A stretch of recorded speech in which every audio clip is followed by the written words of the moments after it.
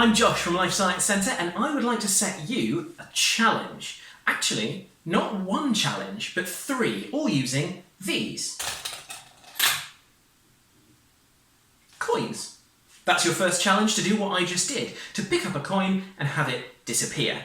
Next, you'll need a piece of card or paper and a 1p piece. Draw around the coin and cut out the circle so it's just large enough for your 1p to drop straight through.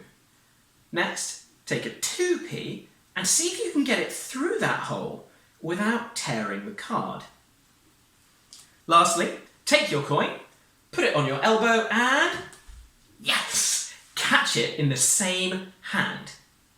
Much trickier than it looks. And once you've mastered that, why don't you add some more coins to the pile and see how many you can succeed at this trick with.